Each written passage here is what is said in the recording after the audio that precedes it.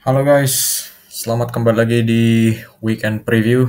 Hari ini kita akan membahas beberapa laga Liga Inggris dan juga Liga Champion. Gue bukan orang yang merhatiin Liga Champion banget sih. Jarang nontonin La Liga sama Bundesliga, tapi gue nontonin Champions League itu dari partai quarter final. Jadi kita bakal ngebahas sedikit tentang Champions League. Jadi seperti yang kita ketahui, Real Madrid bakal ketemu Borussia Dortmund. Agak aneh sih sebetulnya ya. Kemarin itu lawan Bayern Munchen, Madrid itu sebetulnya nggak kelihatan keren-keren banget ya. Butuh 2 gol di menit-menit akhir berkat pemain substitusi mereka, Joselu. 2 golnya itu dari Joselu semua. Substitusi yang keren habis dari siapa tuh namanya manajernya, Ancelotti. Tapi kalau gue lihat Bayern Munchen itu selalu mengancam dari serangan balik. Dan kita tahu Bayern Munchen musim ini tuh bukan Bayern Munchen yang hebat ya. Mereka tuh hancur banget di Bundesliga.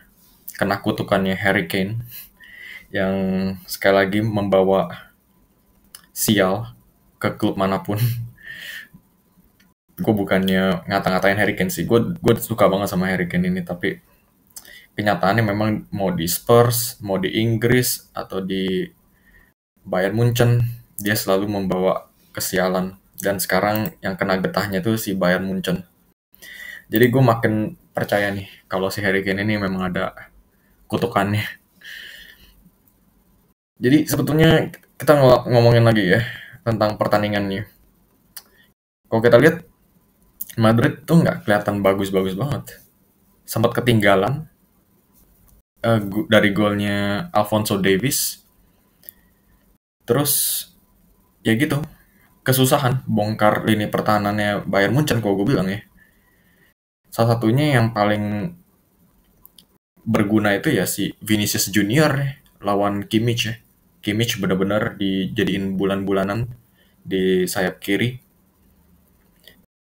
Dia bahkan jadi man of the match sih dari whoscored.com nih, si Vinicius Junior. Terus berkat bantuannya Manuel Neuer, akhirnya Real Madrid yang lolos ke babak final. Dan akhirnya ketemu lawan Borussia Dortmund. Nah, Borussia Dortmund ini satu-satunya tim yang menurut gue juga nggak bagus-bagus amat. Coba kita lihat nih dari pemain-pemain Dortmund. Ada siapa aja? Full Crook. Gue pernah lihat dia di Piala Dunia. Karim Adeyemi, Julian Brandt, Jadon Sancho, Sabitzer. 2 pemain Manchester United yang jadi pemain buangan. Emre Can, Ian Maatsen, pemain pinjaman dari Chelsea. Mats Hummels, yang udah lewat kadaluarsa. Schlotterbeck, Julian Ryerson, Gregor Kobel. Gue bukan expert di Bundesliga, tapi gue nggak melihat ini pemain-pemain bagus sih. Tapi lihat aja nanti. Karena gue ngomong begini, Borussia Dortmund yang ngalahin Real Madrid di final. Itu bisa aja terjadi. Tapi ya itu maksud gue. Champions League nggak begitu menggigit sih musim ini. PSG cuma Mbappe doang. Nggak ada Messi, Neymarnya itu udah nggak ada apa-apanya. Barcelona sama Xavi begitu-gitu aja.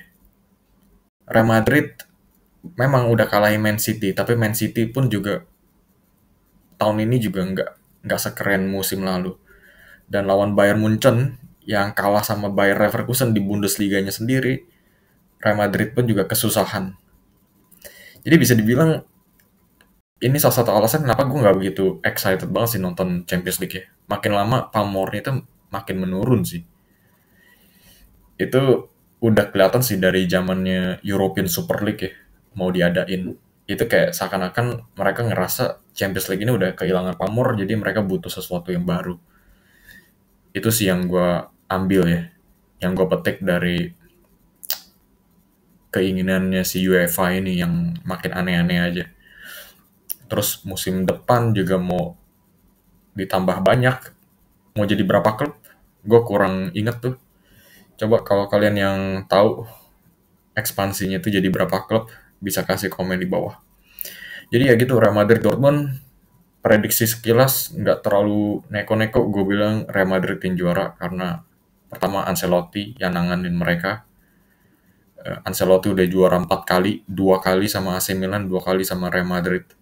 Terus Real Madrid ya itu, dari posisi ke posisi mereka yang jauh lebih bagus daripada Dortmund.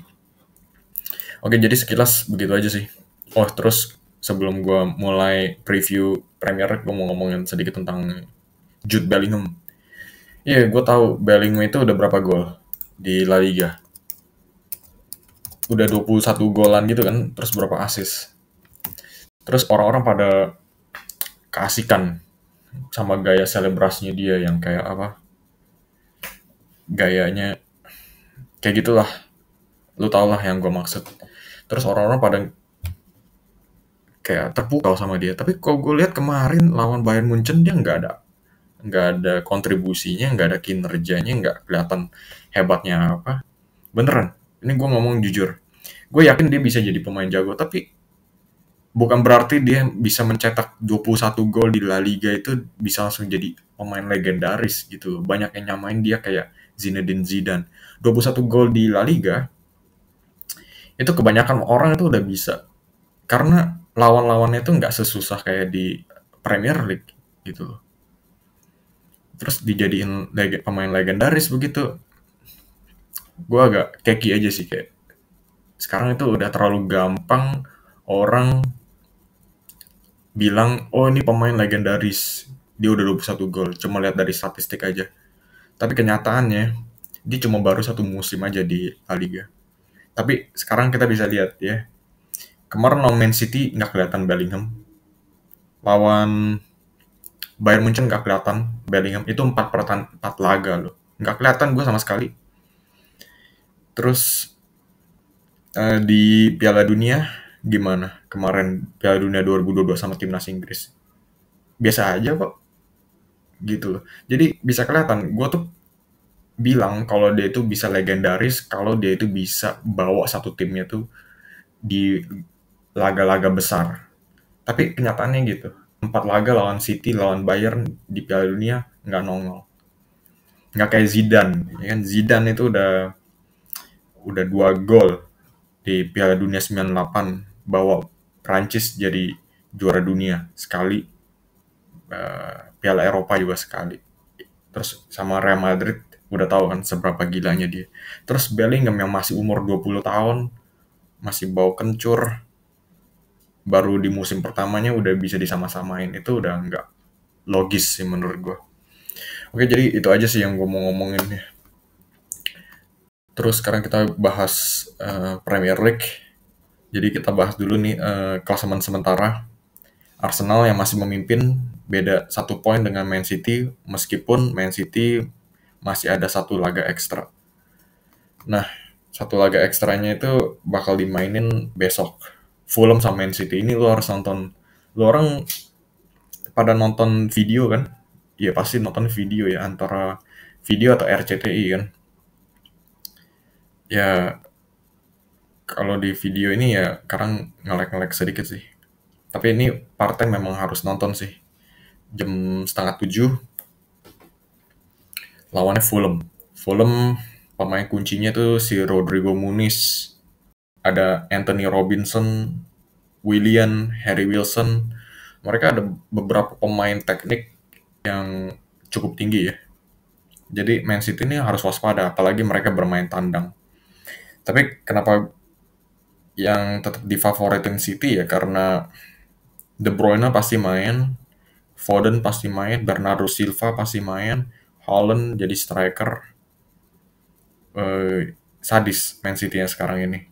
Mereka tuh tahu kapan harus sadis gitu. Awal-awal musim mereka bisa main santai, bisa sempat seri lawan Chelsea dan sebagainya.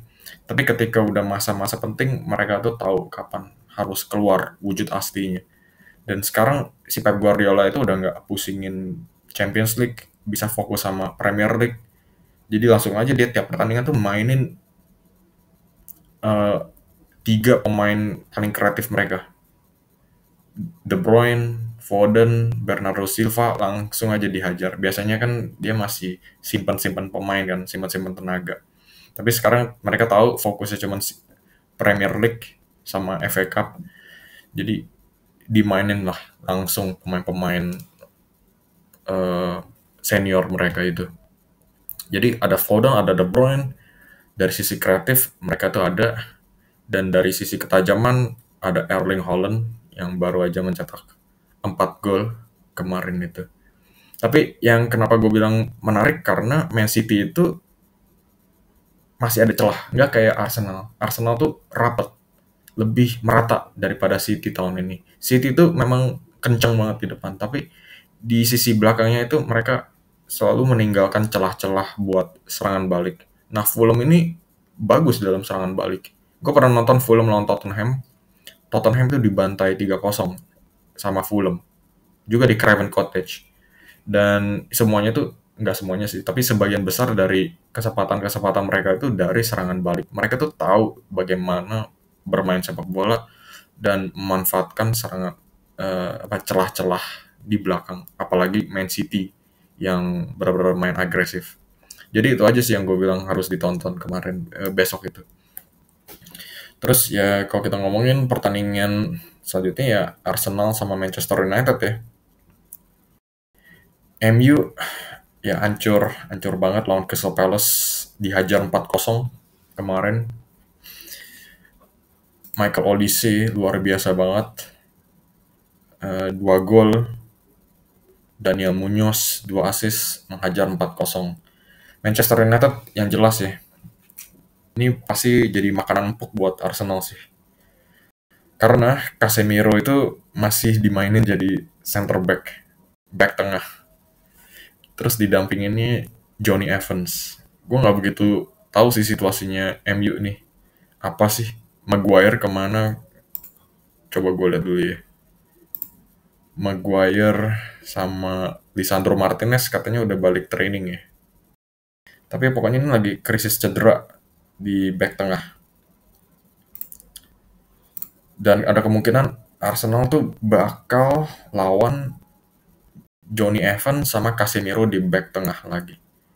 Lihat aja nih, Maguire, Lindelof, Varane, Shaw, Martinez, Kambuala, semuanya cedera.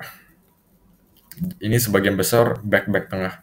Jadi ini gue udah jamin sih, ini makan empuk buat Arsenal banget musim ini.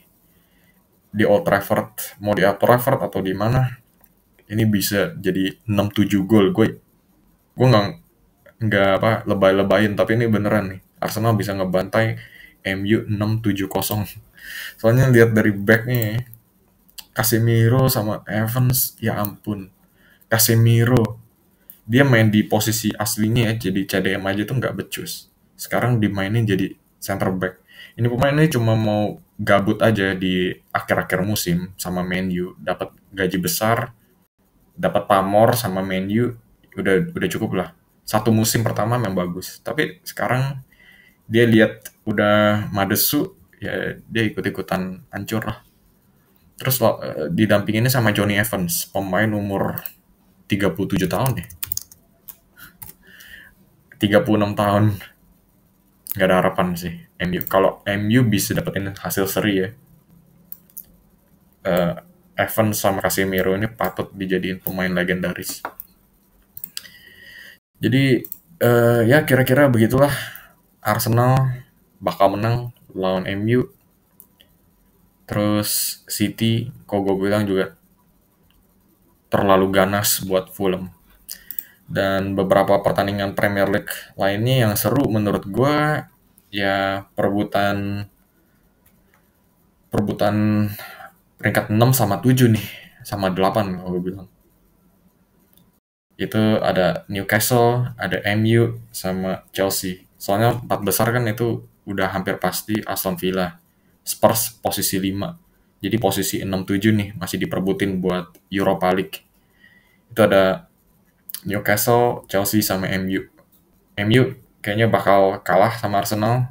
Chelsea makin ganas aja nih beberapa pertandingan terakhir ini, ngebantai Siapa tuh kemarin? Chelsea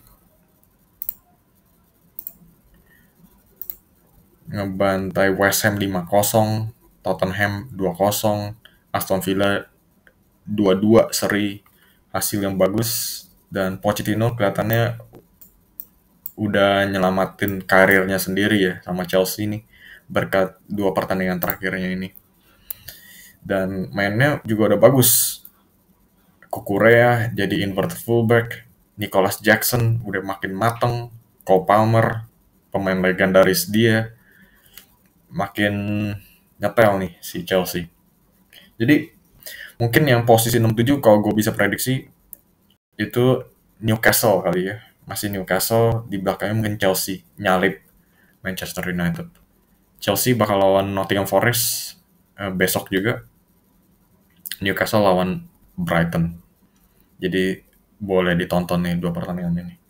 Oke guys, jadi kira-kira begitulah preview Liga Inggris dan juga review ulang Liga Champion. Kalau ada pemasukan dari kalian, jangan ragu-ragu kasih komen di bawah. Gue sekarang mau coba eh, strategi baru, guys. Bukan strategi banget sih, tapi coba kasih komen di bawah gitu ya. Apa aja yang kalian mau ngomongin. Dan gue mau coba ngebahas semua pertanyaan-pertanyaan kalian. Kalau kalian ada opini apa dan lu mau gue nimbung, nah coba kasih komen di bawah. Gue coba bahas di video-video selanjutnya. Oke, jadi semakin ramai di komen itu semakin bagus buat channel ini ya. Gak cuma dari algoritma, tapi juga dari semakin seru. Gue pengen tahu pendapat-pendapat kalian tentang sekitar dunia sepak bola lah ya. Tapi ya gue nggak bisa berkomentar banyak sih tentang apa liga-liga Eropa kayak La Liga, Bundesliga, Serie A. Gue cuma nontoninnya tuh Premier League aja. Liga Eropa paling gue cuma nonton Liga Champion aja. Jadi kalau kalian ada pendapat khusus tentang Liga Inggris, kalian jangan ragu-ragu kasih komentar di bawah. Mungkin kalian mau coba ngomongin tentang Player of the Season. Siapa nih? Martin Odegaard dari Arsenal atau Declan Rice, Phil Foden dari City. Kalian bisa kasih komen kalian di bawah. Apa aja yang kalian mau tanyakan di channel ini, gue akan sebisa mungkin jawab. Dan gue akan coba bahas di video-video selanjutnya. Mungkin ini adalah format yang baru ya. Jadi lebih menarik mungkin. Ya paling gitu aja sih dari gue. Ya udah. Jadi ini akhir videonya. Kalau kalian enjoy, seperti biasa, like, subscribe, dan jangan lupa juga komen di bawah. Sampai jumpa di video selanjutnya.